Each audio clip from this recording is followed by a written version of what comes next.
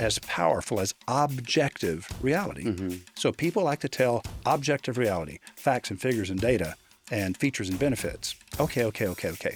Those things matter later.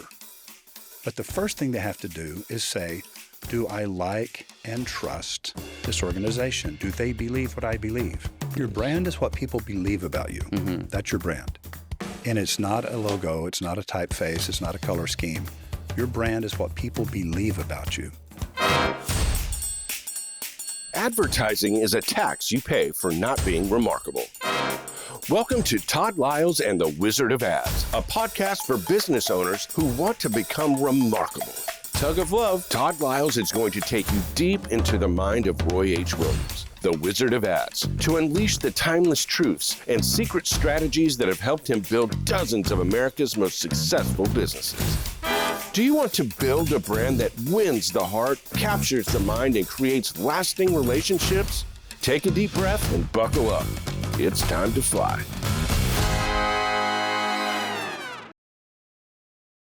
Roy, welcome to another Todd Liles, and really, it's the Wizard of Ads that's here with me today, and I appreciate you being here. Well, it's always good to be here, Todd.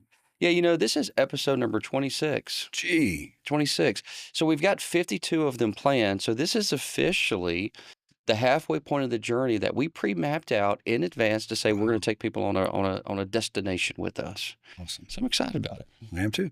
So today's topic is why stories sell. Essentially, why humans are hardwired for stories. That's what we're going to be jumping into. And we've mentioned stories throughout the conversation, but today we're going to really dive into this. How does that sound to you? Perfect. Wonderful. Good. So for the audience, I'm going to do just a little bit of an introduction here. Everyone, we are diving really deep into why stories matter, why they're important. And for some people, stories might seem a little bit too creative for them. They might even seem a little risky, like, do I really want to go into storytelling mode? But the bigger that you become, the more you will realize just how critical it is. As you are growing in revenue, what you're going to realize is that it's not just the stories that are inside your business, but it's the stories that are outside your business and how they have to align and why they're so powerful. So that's what we're going to talk about today. We're going to talk about why stories sell, why they stick in the mind, and why the smartest companies use them with discipline. Now, Roy, as always, today's information is coming from your writings and your works, from your Wizard of Ad books and from your Monday morning memos. And as we get into it, I will make sure that we reference specifically which memo or which chapter in which book that we're going through. All right. So our very first segment is going to be segment number 1. It's the stories that we tell ourselves. Mm-hmm. And Roy, this is the quote, and this is from Wizard of Ads, chapter 17, Furnishings of the Mind. When people hear a story, they imagine it. Mm-hmm. When they imagine it, they experience it. And when they experience it, they remember it. Mm-hmm. Okay. I'm going to dive into a little bit of a personal topic, and because I got to thinking about the stories. And the stories that we tell inside of our business, they almost become the legends of our business. Mm-hmm. And one of the stories that will always come up when we have a big team meeting is the decision point that Shannon and I had to make when our back was up against the wall. Willow was sick in the hospital. We were facing a massive lawsuit. And I set out in my car and had a real heartfelt moment where I prayed out to God, said, if I'm supposed to do this, I need you to clear some paths, give me a sign. Because I'm going to go in here and I'm going to talk to Shannon and say, do you think this is what we're supposed to do? And if so, how far are we willing to take it? Are we willing to sell our house to raise money to fight? Mm-hmm. And without hesitation, Shannon said, absolutely. So for us, that was a story of facing a giant. Right. And we've used that internally for a very long time to bring clarity to the point that we're doing this on purpose with a reason. So my question now is not necessarily that story, Mm-hmm. but I think every company has those decision points, those pivot points, their Right. moment of facing the huge obstacle. Now, internally, that's amazing. But is there ever a place to use a story like that externally? The origin story, when you're beginning a brand new campaign and you're introducing yourself to a group of people who have never heard of you or your company, your product, or your service. If you're thinking long term, sometimes to capture the essence of how you became who you are is to let people see the forces and choices and circumstances and decisions that you made. Now, this causes a person to feel like they know you. Mm-hmm. They said, wow, okay, I probably would have done the same thing, or I understand why he did that. But more importantly, people respond, they go, wow, this person is talking to me as though I'm a trusted friend. Right. This person is telling me things that normally a business owner would be too proud to say.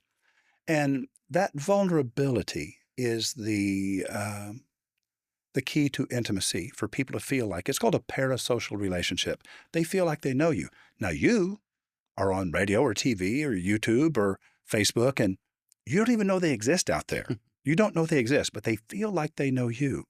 And that's the first step into becoming the company they think of first and the one they feel the best about when they finally need what you sell. Now, when you were talking about the story, what I wrote about that'll be published, it'll be September 15th, which is at the time of this recording next Monday. I'm talking about icons, myths, and archetypes. Now, an icon is an artifact that represents something much bigger than itself, an idea much bigger than itself.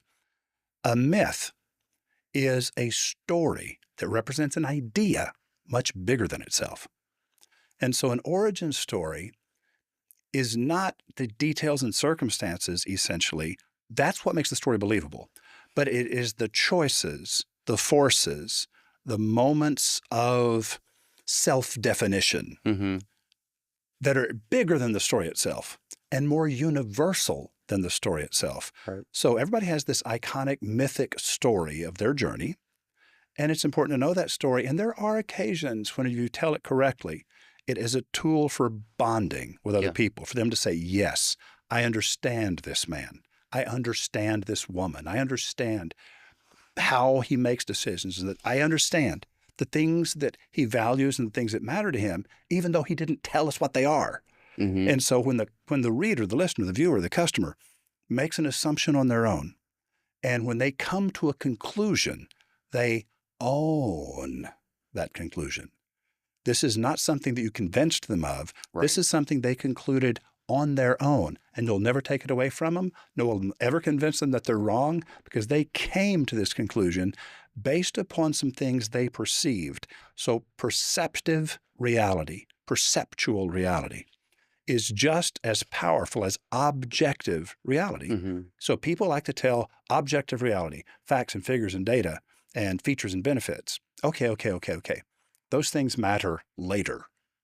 But the first thing they have to do is say, do I like and trust this organization? Do they believe what I believe? And so that sense of first making a point of contact. Then I mentioned archetypes.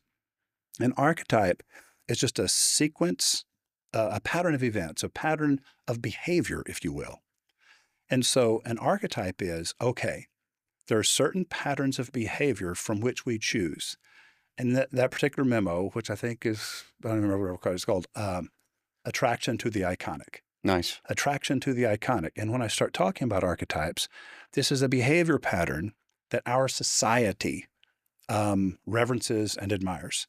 And there's a number of those, and we each choose a pattern of behavior that we admire. And you know what a role model is? A role model is a personal archetype that you follow. That makes sense. And so there's this behavior pattern in your mind, and that archetypal behavior pattern says, I want to be one of those people. And so that is your role model. And when you find somebody that says, I want to be like him or like her, it's just a personalized archetype. You know, Roy, what's going through my mind about this is that I think about the stories that we tell early in a campaign from a business to client perspective.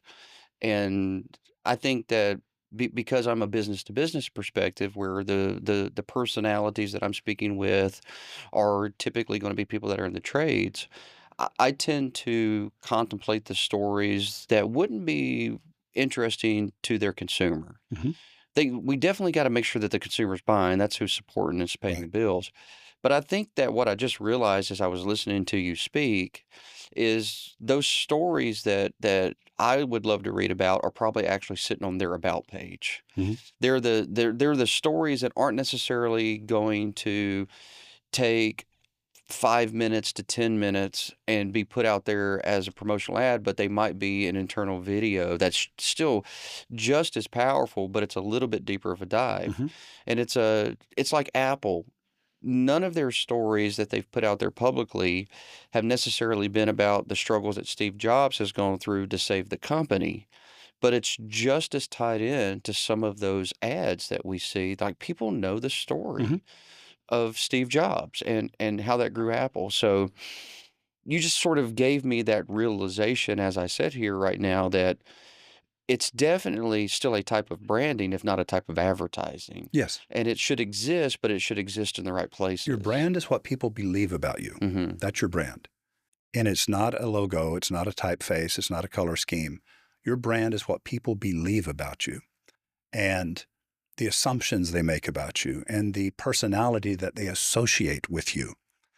So, Roy, the next thing that we want to talk about is segment number 2, which is stories inform strategy.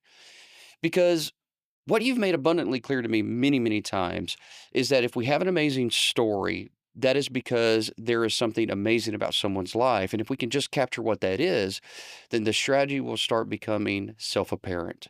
So, Roy, let's jump into that. This is the important part. See, everybody thinks that success in advertising is about choosing the right media Mm-hmm. to deliver your message. Media has very little to do with it. Any media will work if you use the right message. Yeah. And the message is a story. Now, here's the problem. Stories, this is Alan Gurganus said this many years ago. Stories only happen to people who can tell them. And there is a bit of truth in that. It sounds arrogant, but one of the most important things that we do at Wizard of Ads, Inc., all of the partners are trained to keep a person talking, and it's usually during the epic lunch. We sit down in the morning, we spend an all-day thing with somebody, and we listen closely. We write down everything in the world they want to accomplish before the end of the day. And then as those things are accomplished, we mark each one off the board to their satisfaction. If we covered that to your satisfaction, absolutely. Cool. Then we mark it off. Now, this gives the day a sense of structure and organization.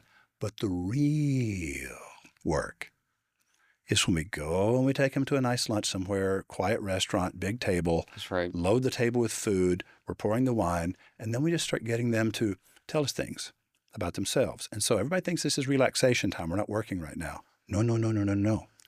That is when we find the stories that they never understood. Right. The importance of that story.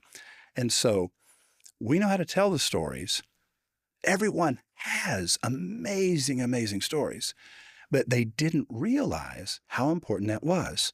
And so usually second bottle of wine and everybody's sitting here and, they're bringing more courses and everybody's nibbling.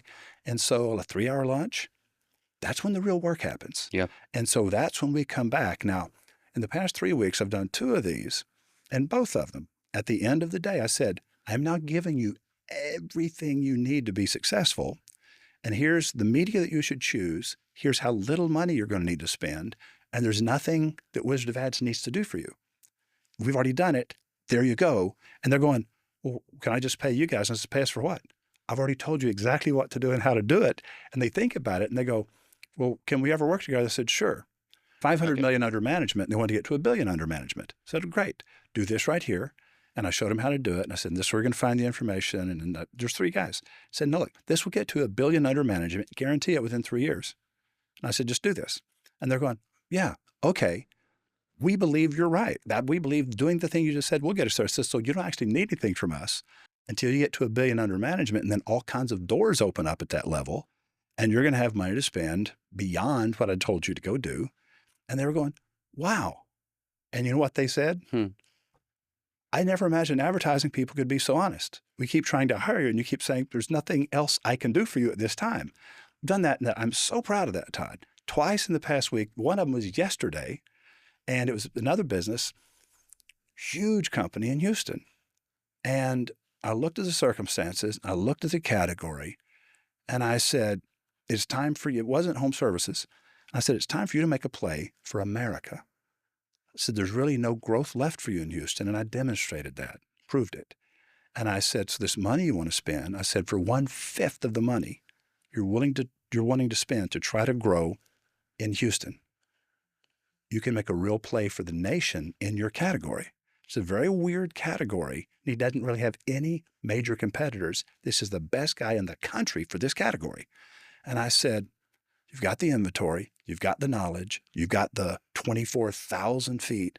And I said, dude, is there anybody in the country like you? And he goes, no. And I said, you're going to start a YouTube channel, dude. You're not going to pay to promote your content, but everybody that loves your category will find it. And I said, and then you'll be getting orders nationwide. And when it dawned on him, it's like, whoa. And whenever it took me a long lunch to figure out what made this guy really, really, really special, because it wasn't top of mind for him. And I'm sitting there going, I have never heard of anything like this. And so I started asking him, who else does this? And so does anybody else do this at your level? And he's kind of like going, no, well, and I'm going, So all I was doing is finding a story that already existed. The story informed the strategy. The strategy was something that never crossed his mind. And as it began to soak in, he's going, that'll work. Why did I never think of this? And I'm going, and so just pulling out those story elements, everybody has them. But if they're not professional story creators and assemblers and sequencers, you know what I mean? If that's not how they've lived their life, putting stories together from the bits and pieces, then everybody thinks they don't have a story. And I'm going, they always do. But stories only happen to people that can tell them. Was a funny way of saying, if you can't tell the story, you can't even recognize your story. Does that make sense? Absolutely. Segment number 3 is we live inside our own stories. Because, Roy, everyone has these beliefs. I call them core values. Right. Some people call them core habits. But everyone's got these beliefs that are inside of their head. It's their worldview. It shapes the way they see the world. And as a matter of fact, there's a wonderful quote, Wizard of Oz, Chapter 1, Speaking Worlds into Existence. We live in a universe of stories. We create them. We believe them. And we are ruled by them. So, Roy, here's the big question. What happens when a company hires the wrong marketing person and their message actually clashes with their true internal customer beliefs? It causes a dysfunction and ultimately a sense of betrayal. It's what the public feels. Is they're going, you act like you're this, but you're not. You're not that at all. And what people are looking for is they're looking for somebody who really is who they claim to be. And so the alignment of your statements and the conclusions people come to by listening to you make these statements. They're coming to conclusions about you. They have expectations about you. You need to deliver exactly what they're expecting from you. And if you don't, if somebody creates clothing for you that doesn't fit, if they create shoes for you, so to speak, if the advertising people create shoes for you that don't fit, then you stumble around and you look awkward and you don't look natural, you don't look real, and it just comes across as phony and weird. And so I've always told the partners, I said, guys, if you have like the most world-changing strategy for a company and then it hits you, this doesn't really fit who they are, put it on the shelf for somebody. It'll fit somebody else someday, if it's not these people. Never try to make the client fit what you would do if you ran that company. It says it's not you. You said if plan B, plan C, plan D is the one that really fits the client and they know it, then plan D is the one to go with, not plan A, B, or C, which you like better. It's plan D, the one that fits, the one that they can pull off, the one they can carry, the one they can wear believably. Yes. I love that. And just to give it from a consulting perspective, which is the world that we're in, it's very easy to want to point people in a direction that we know is going to take them where they need to be. Mhm. However, a client's got to make certain choices, and we refer to those things as, essentially their core value beliefs, but a client's got to make a certain set of choices along the way. And if we realize that, hey, what they really need to do is they really need to adopt a system that can demonstrate why a system should be replaced and when it should be replaced. Like, there are appropriate times to do it. That's sort of one of the first check-ins that we have to have with the clients. Like, when is your concept of when a system should be replaced and why? And what do your people believe and why? Because as odd as that may seem, that can be one of the biggest internal battles when there's 10 people and there's 10 different opinions about what constitutes when a system should be replaced. And that one singular idea can take a company from we're doing the right thing to we're actually just fueling the pockets of the owner. Right. And what's weird when I'm visiting with business owners and I say, hey, like, this is one of the first foundations that we need to get established. And I can give you guidelines and I can give you things that I know to be true. But ultimately, at the end of the day, you as the business owner are going to have to put the stake in the ground with your people and say, this is what we practice. And us as consultants, as long as it's being ethical and honest, we won't cross that line ever. But as long as we're being ethical and honest, we'll help you get that across to your people. But you've got to decide. If you ask us to make that decision, that's not going to work. You got to decide. Last segment in today's episode is why stories must be emotionally true. And in the last segment, Roy, I'd shared with you like a personal touch in my life. And you had talked about origin stories and how telling those stories is a very powerful thing. And what I want to do now is I want to talk about the art of this, because there is an art in what you might call creative embellishment, right? When we are trying to shorten it up and get it out there as quickly as we can, and we're amplifying it, if we do that wrongly, it can go sideways real quick. So my question is, when does creative embellishment in creating these beautiful stories actually just go too far? It misses the mark. It goes from being cute and funny and obvious that that's a creative embellishment to, oh no, you just lied to me. Well, it's not quite the way that you framed it. Give it to me then. When you go so far that people go, there's no way that's possibly true, they're just clowning around. You're actually safe when you say something that is so beyond the boundaries of possibility that it is obviously a joke, or you're just making a point. See what I mean? And then it's whenever it could, in theory, be true, but it's not, that's when you're in trouble. And so if I said, I had this friend, his mom weighed 4,800 pounds. Well, that's not true. Yeah. I'm just exaggerating. And so when you go into the realm of the absurd, you're safe. When you exaggerate, you're going to get caught. But when you're framing a story and you're deciding what to leave out, okay, knowing what to include in the story is pretty easy, but knowing what to leave out so you get to the point quicker and move on takes real discipline.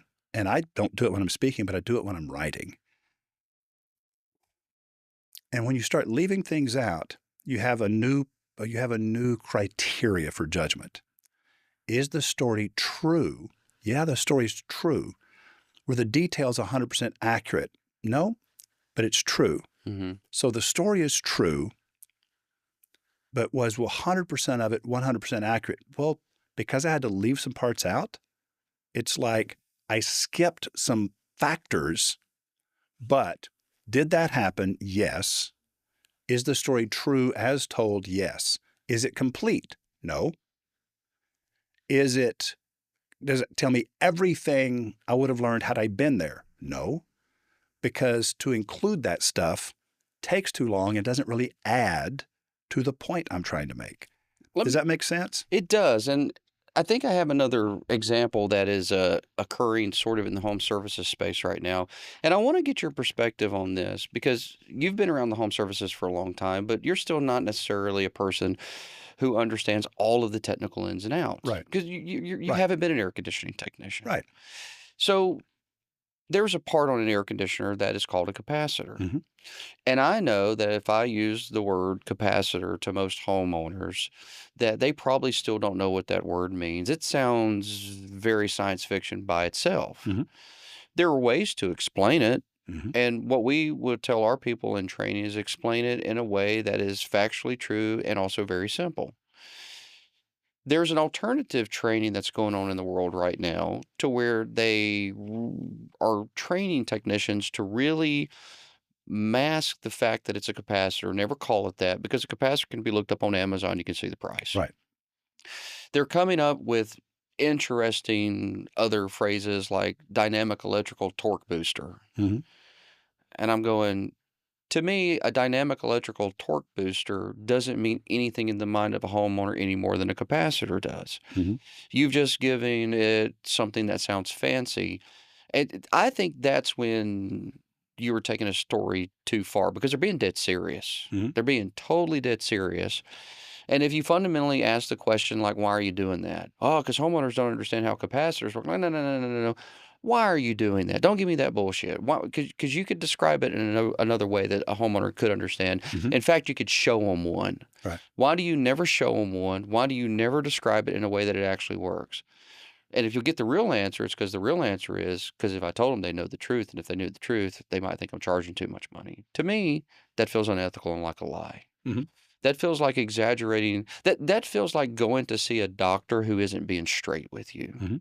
Do you, from your perspective, if you were a homeowner and someone did shoot you straight on basic questions, like, you're not dumb. You may not know what a capacitor is, but maybe I'm just maybe I see this because of the trades that I come from the Okay, trades. so Maybe it just bothers me, but it bothers me. I understand why. I understand why. And this is one of those areas where you and I come from a little different place.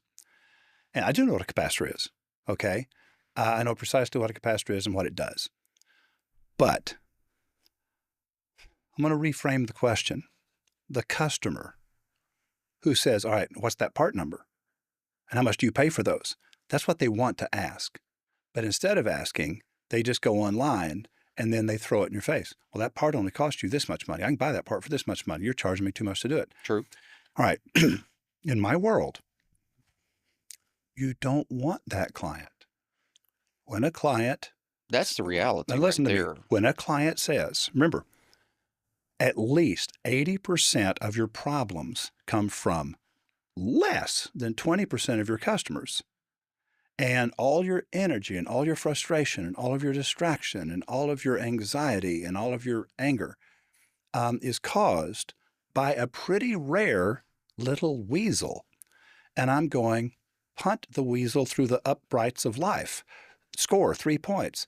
And I'm saying, so whenever somebody is being fundamentally unfair, when they think they understand how much it costs you to exist as a business, to just get up in the morning and breathe air, and they think they're qualified to decide how much you should charge for a part that costs this much. Now, here's another thing, okay? There are capacitors that are badly manufactured, Of course. discount, and they're using vegetable oil in these things, and it's kind of like, you know what? This is not all capacitors are created equal. You don't even want to have that conversation. You shouldn't have to have that conversation. And so when a person would take off, if I was in business and somebody said, well, I can buy this part for this much, well done. You should probably do that. And why don't you go ahead and buy that part and install it? I'll bet you can find the instructions on how to do that on YouTube. Roy, I would leave. Roy, I've ran thousands upon thousands of calls, actually, as a service tech and as an overseeing people in the field. And I had that person once. And yes, it absolutely sucked. I even went out there as a favor to the guy's mom. Wow. And then he had the, fortitude to look it up on his phone while I stood right there in front of him. And it's like, I got what his issue was. He was a kid that had a home he couldn't afford. And, Right. I was basically a free diagnostic or a cheap diagnostic because I charged him for the dispatch. And he's just like, okay, no big deal. That's fine. Look, I agree with you. We don't want that customer. But I don't think that renaming everything is actually for that customer. Well, again, I think it's for a different reason. I think that again, I think it's a lot of trouble to go through for not a good enough reason. And Mm. so the fact that people think they need to do it, I'm going, it's a lot of work, and it's your techs aren't going to feel good about themselves.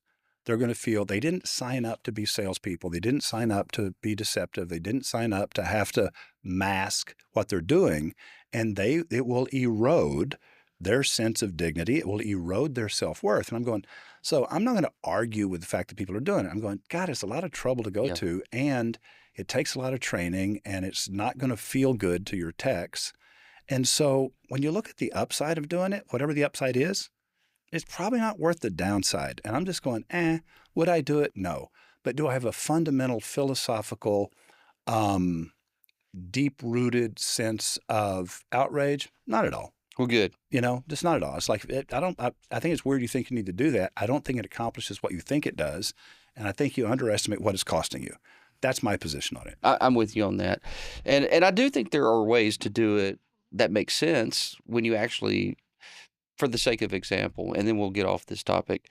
If you actually have a package where you really truly are doing a complete refurbish of a system, and you call this a complete system refurbish, to me that's like, yeah, that makes a lot of sense. That says a lot of what you're going to do without every single detail. You're happy to go over the detail.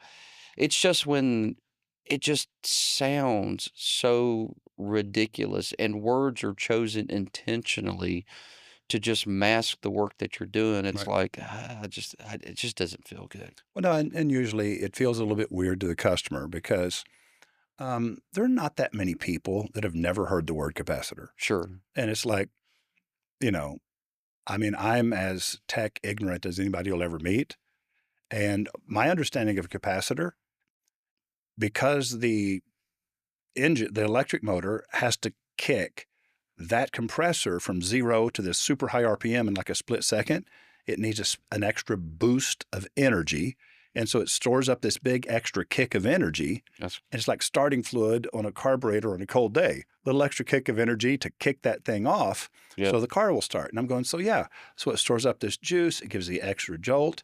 And my understanding is that if you don't know what you're doing, a capacitor can kick your ass with a jolt that because you didn't know how to handle it. Yeah, it can be absolutely dangerous. Like, I can remember a young technician named Chris who actually wasn't as skilled as we thought he was, miswired a capacitor. It was a dual run capacitor, which meant that it was giving the boost that was needed to the fan motor and to the compressor, and he actually burnt the fan out. So yeah, you can cause damage there for sure. All right, Roy, I have an ad segment today that I think is fun.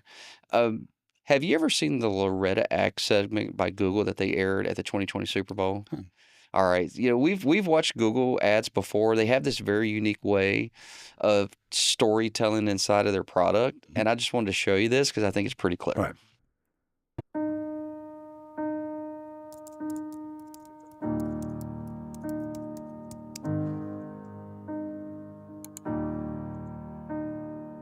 Hey Google, show me photos of me and Loretta.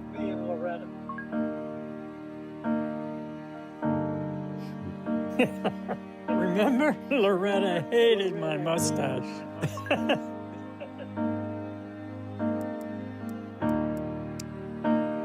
Remember, Loretta loved going to Alaska and scallops. Show me photos from our anniversary. Remember, she always snorted when she laughed. Play our favorite movie.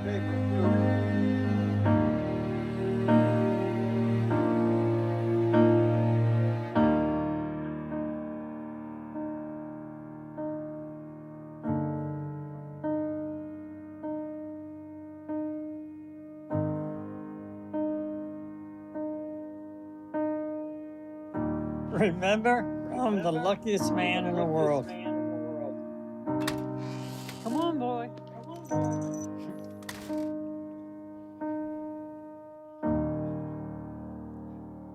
So for the listener that couldn't see the ad, it was an ad that was released in 2020, really ahead of its time, because these are things that are really at full force now with AI. Mhm. And it was an older gentleman. You just saw his photo, but you heard his voice.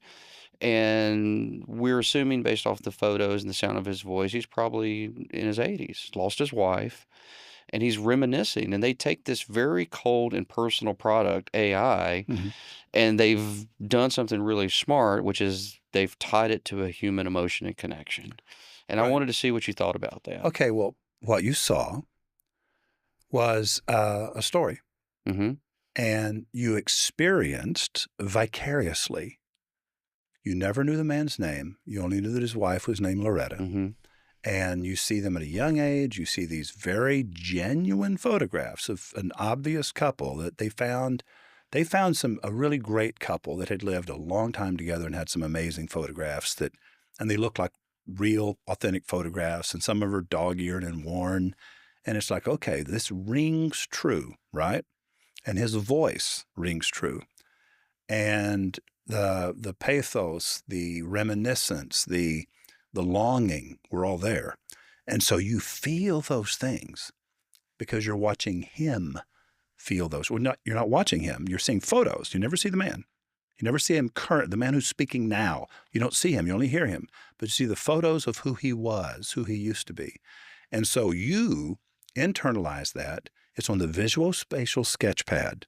Now, that's the fancy scientific name for the mind's eye, the movie screen of the mind, the visual spatial sketch pad of working memory in the dorsolateral prefrontal association area of your brain. And that's where you're seeing this movie, and you are feeling his feelings, and you get choked up. And it's because that's how humans are wired. Mm-hmm. We are wired for connection, and we connect through shared experiences. They shared an experience, and they did it artfully, and we felt what they wanted us to feel, and we felt better about Google. Mm-hmm. You know, Roy, every time I see a really smart marketing campaign or really smart ad, it just makes me go, someone came up with this version of AI that they saw for the future a long time ago. So this is where we're going. And some marketing person saw that and said, yeah, that's great, but you can't sell it the way you're trying to sell it because humans aren't going to buy that. They're going to think that's creepy. But what if it wasn't creepy? Mm-hmm. What if it told a personal connecting story and helped a older person improve their life and remember the things that were important to them? And what I take away from items like that is what our partners at the Wizard of Ads group can do. Because I've often found myself going, how are we going to tell a story about air conditioning that can connect as a human? Because we're out here, replacing air conditioners and we're doing plumbing and more than that. There's much more than home services. And a great partner can go, here's the story behind that. Mm-hmm. Here's the human connection. Here's the beauty. This is what we're going to unpack. This is what we're going to unfold. It's not going to be about home services. It's going to be about this. Everything comes down to the angle of entry. Mm-hmm. So when you enter the subject matter, from what angle will you come? The angle of the technician, the angle of the homeowner, the angle of the omniscient observer, what moment will the story begin? What will be left out? And what will be the closing moment? And so how to open, how to end, and what to leave out. Those are the choices. And so how does this open? And so when you begin by saying, okay, tell me about your business. What makes you different and special and better? Ooh. And then there's, well, here's who we are, and here's who our target customer is, and this is what we do, and this is why we're special, and this is why we're better than everybody else. Okay. If you start there, you are going to have horrible ads. And that is the way everybody's taught to start. Okay? The simple fact is, if you start with that frame of reference, there's only 2 or 3, and at the very most 4 possible ways to begin an ad. When you begin with the premise, here's who we are, and here's why we're different, and here's why we're special. And so that's when you're on the inside looking out. The inside looking out is like, hey, here's a quarter, find an old payphone, call your mom, maybe she cares. Nobody else cares about how you think about yourself, okay? You can reveal it the way they did in that wonderful ad from Google. And when you come from an unexpected angle, then people go, I'm not sure where this is headed. But then they get sucked into it. And then you begin to reveal the things so that it kind of starts making sense little by little.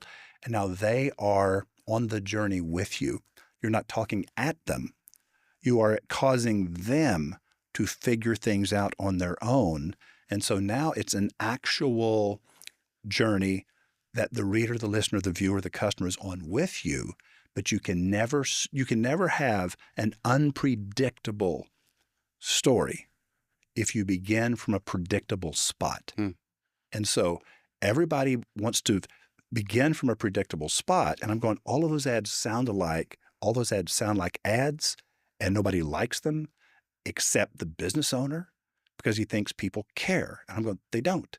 And so whenever you said, it's not about you, it's about the customer. You got to talk to the customer in the language of the customer about what the customer already cares about. And then when you do that, it works out well.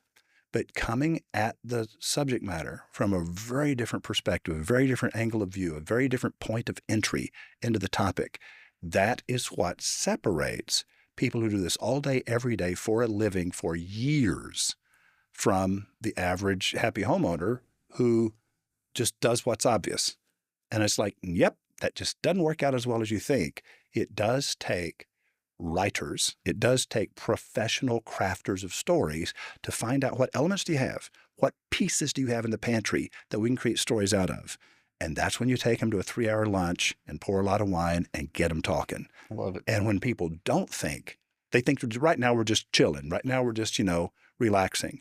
That's when you actually get the stuff you need. And even when I explain that that's what we do, it still works. Absolutely. Because across the table with food's in between you, the conversation changes. And you can get people to just start telling you things.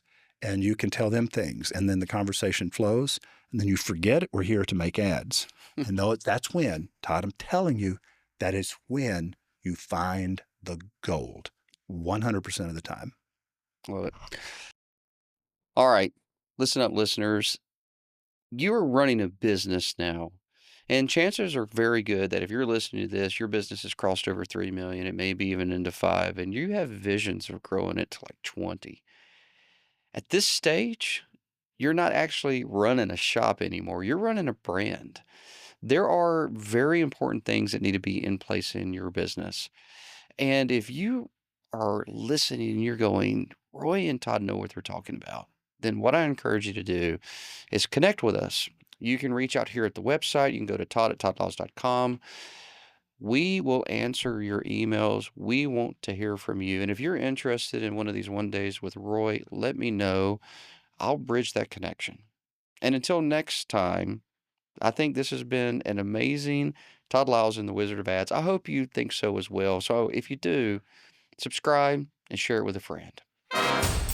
You've been listening to Tug of Love, Todd Liles and the Wizard of Ads, where the bold win and the remarkable reign.